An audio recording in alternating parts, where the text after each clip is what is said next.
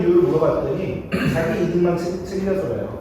뭐 이런 얘기들도 있는데 시간 관계상 이거 한번 잠깐 볼게요. 이 편의점 브랜드인 CU 나주 물류센터의 배송기사 휴게실에서 녹음 기능이 켜진 스마트폰이 발견됐다는 보도 전해드린 바 있습니다. 이 녹음되고 있던 스마트폰, 회사 관계자가 설치한 것으로 드러났습니다.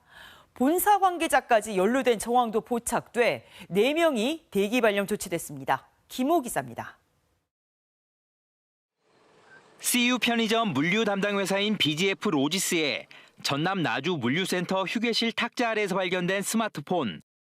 녹음 기능이 켜져 있었고 노조 관계자 대화 등 10시간 분량의 녹음 파일이 저장돼 있었습니다.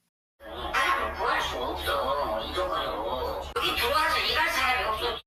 KBS 취재 결과 물류센터의 중간 관리자와 직원 등 2명이 스마트폰을 설치한 것으로 확인됐습니다. 스마트폰에 이들의 목소리가 녹음됐습니다. 이게 들나와봐. 이게 이름이 올라가는 거 봐. 해당 중간 관리자도 이를 인정하고 노조원들에게 사과했습니다. 불법 도청에 본사 관계자가 연루된 정황도 드러났습니다. 스마트폰을 설치한 중간 관리자는 KBS와의 통화에서 배송 기사들이 파업을 논의하는 것 같아서 걱정을 하다가 해서는 안 될 행동을 했다며 본사 직원에게도 사전에 알렸다고 말했습니다. 해당 본사 직원은 직접적으로 지시한 적은 없다고 밝혔습니다. BGF 로지스 측은 불법 도청과 관련한 비위 행위에 대해 엄중한 조치를 할 예정이라고 밝혔습니다.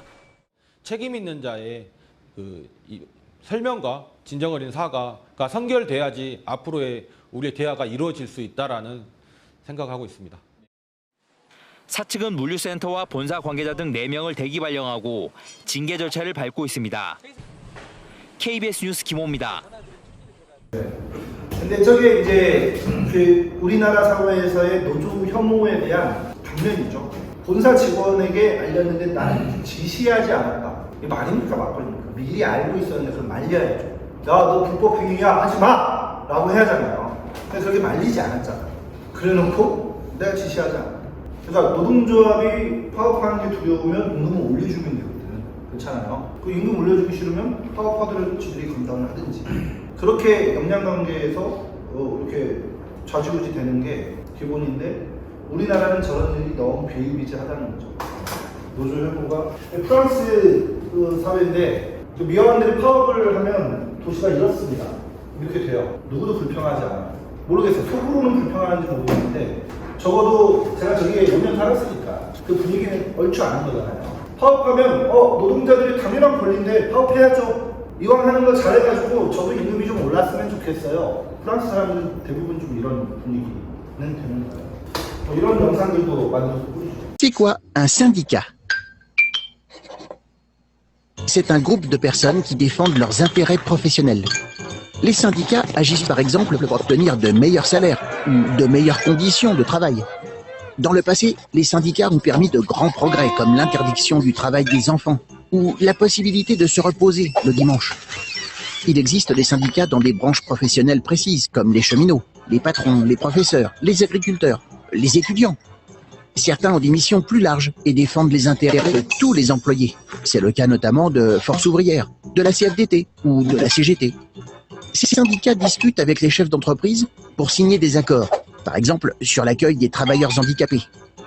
Dans la plupart des entreprises, le délégué syndical représente le personnel et défend les positions de son syndicat. Les syndicats discutent aussi avec le gouvernement sur des projets de loi sur le travail. En France, tout le monde a le droit d'appartenir à un syndicat, mais là pourtant, les syndicats sont très puissants. Ils sont capables d'organiser des manifestations ou des grèves qui peuvent bloquer de nombreuses entreprises. Le syndicalisme, les Français seraient sans doute moins payés et ils travailleraient dans des conditions bien plus pénibles.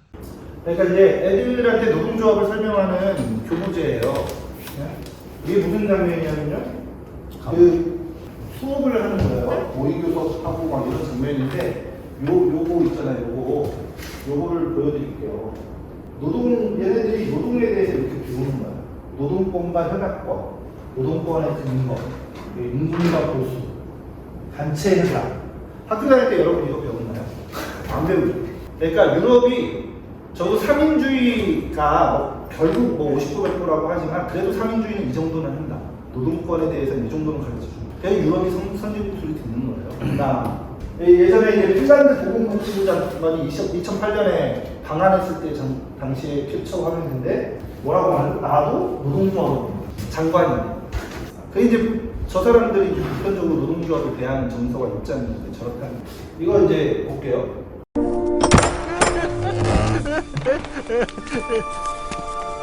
안녕. 난 요정 대모님을 만나러 오셨군요. 미안하지만 지금 안 계세요. 제롬, 커피랑 샌드위치 가져와, 당장. 요정 대본님 꼭 갈게요. 오늘은 손님 그만 만나시겠대요. 아셨죠? 우린 괜찮아요. 노조에서 나왔어요. 노조요? 마법의 약을 만드는 모든 노동자들을 대표하고 있죠. 선하든 악하든요. 그러시군요. 혹시 제대로 대우 못 받고 있다는 생각 안 들어요? 약간은요. 우린 치과 보험도 없어요. 치과 보험도 안 들어준대. 좋아요. 일단 한번 둘러볼게요. 그나저나 우리가 여기 왔다는 걸 요정 대모님 모르는 게 낫겠어요. 알아들었죠? 에? 그만해. 물론이죠. 들어가세요.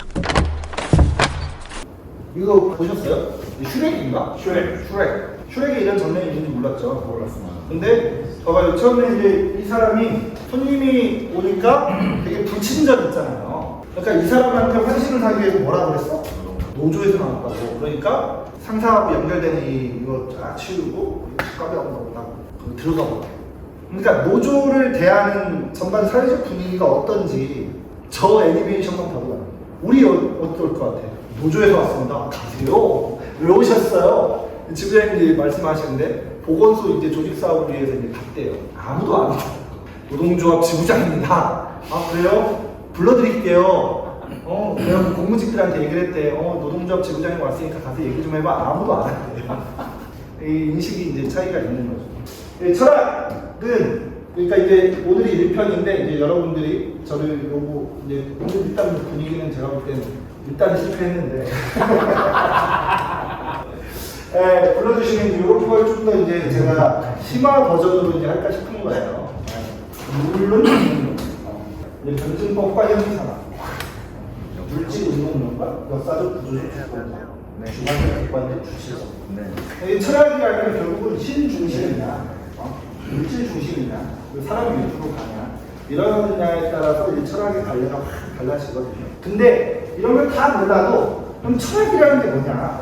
인식의 전제고요. 판단의 기준이 되는 거고 실천의 지침이 되는 거예요. 이래서 철학을 잘 알아야 돼요. 이건 이해하고 동의가 되셔야 되는 거예요. 그러니까 아까도 말씀드렸지만 내 노동자라는 개념이 이렇게 사회적으로 오염되어 있는지 알아야 그걸 바꾸지. 인식조차 하고 있지 못하는데 어떻게 바꾸겠어요? 근데 우리는 지금까지 숨 쉬고 살아왔지만 인식하지 못했거든요. 왜? 저런 식으로 생각해보지 않았습니다. 그러니까 내가 철학적인 이걸 갖고 있어야 세상을 그렇게 그런 시각으로 보고 아 저게 문제가 있구나 라고 느끼지 않겠습니까? 그렇죠? 그리고 판단의 기준이죠. 내가 뭔가를 판단해야 하는 일들이 굉장히 많습니다. 뭘 근거로 판단할까? 그 판단의 근거가 되는 것이 바로 나의 철학, 나의 세계관, 관점과 입장에 따라서 그걸 판단한다. 그리고 나아가서 실천의 지침이 되는 게 바로 철학이라는 것.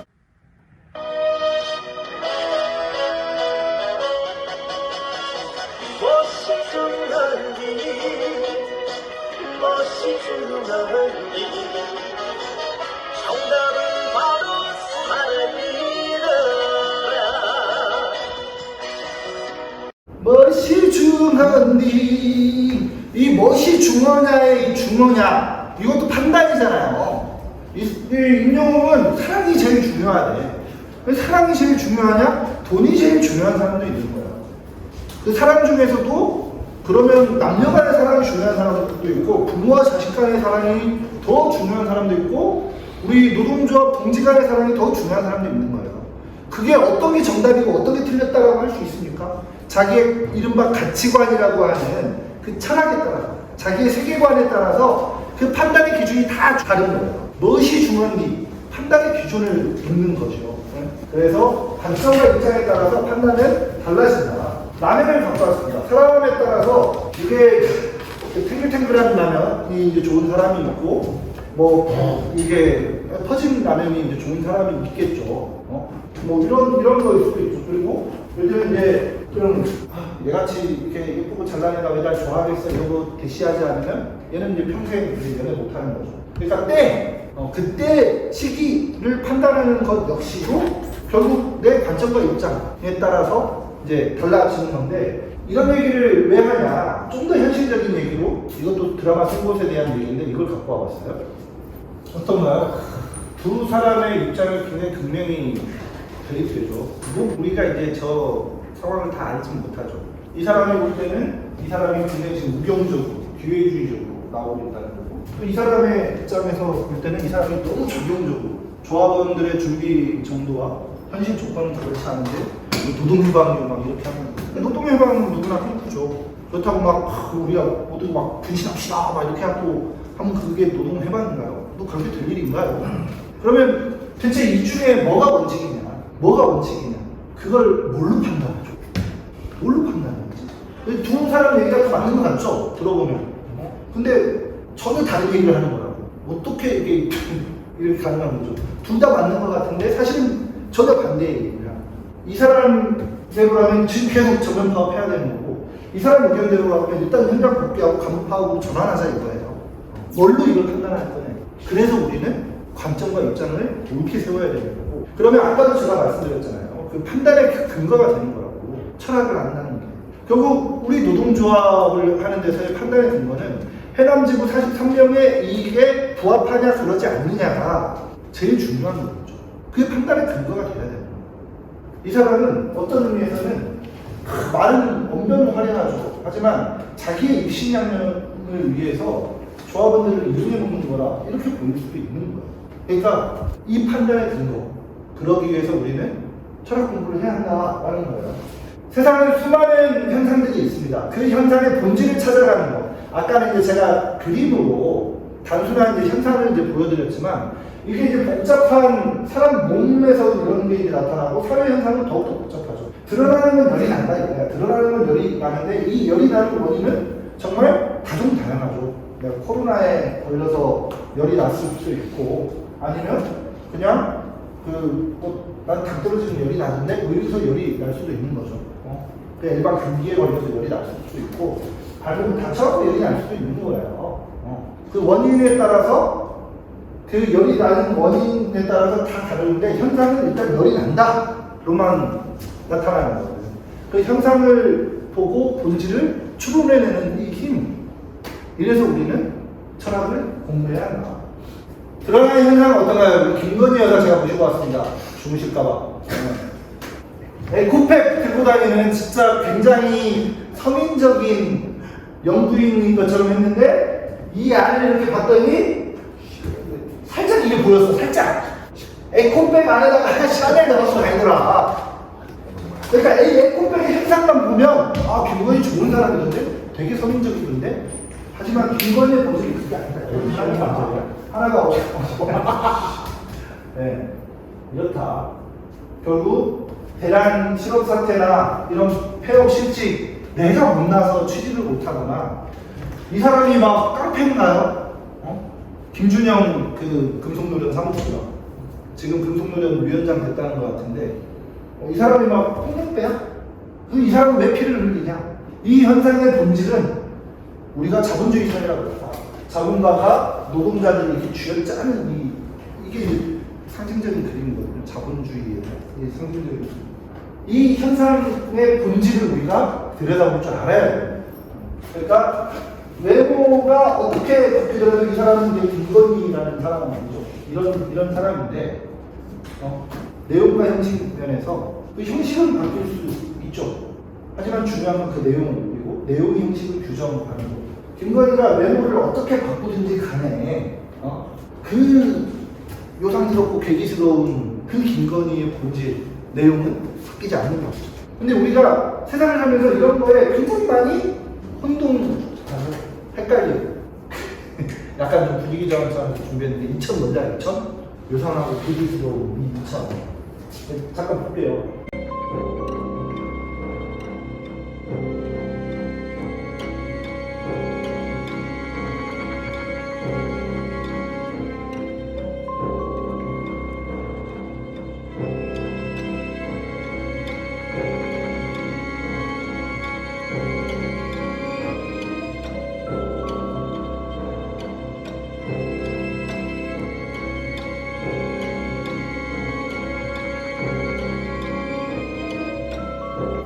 우연이겠죠. 근데 그게 너무 심지어 공공부문 200개부터 지문급제 실시합니다. 200, 2000은 되게 좋아요. 그 친구 관계될 사람인가? 또 준비했어요. 검사들이 꼭 출세를 위해서 찾아가야 하는 곳이 또 있습니다. 바로 무당이 있는 점집이랍니다. 대부분 검사들은 음행, 오행, 신점, 타로, 하다못해 명리학까지 두루두루 섭렵한 검사들이 굉장히 많다고 합니다. 화력의 여성들하고 검사들이 공통점이 있습니다. 무속이나 주술, 점 등을 믿는다는 겁니다. 전부는 아니지만 대다수 믿고 있다고 합니다. 대학 때부터 보수 기질이 있는 사람들이 모인 곳, 특히 술자리는 빠지지 않고 참석했던 윤석열은 한참 시위가 끝나고 학교 인근의 술집에 모인 동료 학생들이 그날 시위에 대해서 논할 때 시위도 안 해봤던 윤석열이 거기 참석을 합니다. 술이 있기 때문에. 네. 마시려고. 윤석열은 이런저런 잡담을 하면서 사주, 명리, 음양, 오행 이런 걸 자꾸 설파를 했다고 합니다. 그래서 머누나 김건희를 만났을 때 둘이 분명 말이 잘 통했을 거라고 생각이 됩니다. 그랬겠네. 제가 더 잘 봐요. 저 웬만한 무당 제가 봐줘요. 그 머리만 똑똑하다고 되는 게 아니거든. 그거는 우리 남편도 약간 그런 영적인 끼가 있거든요. 저랑 그게 연결이 된 거야. 그게 저랑 연결이 됐대. 무당들은 자기가 봐준대.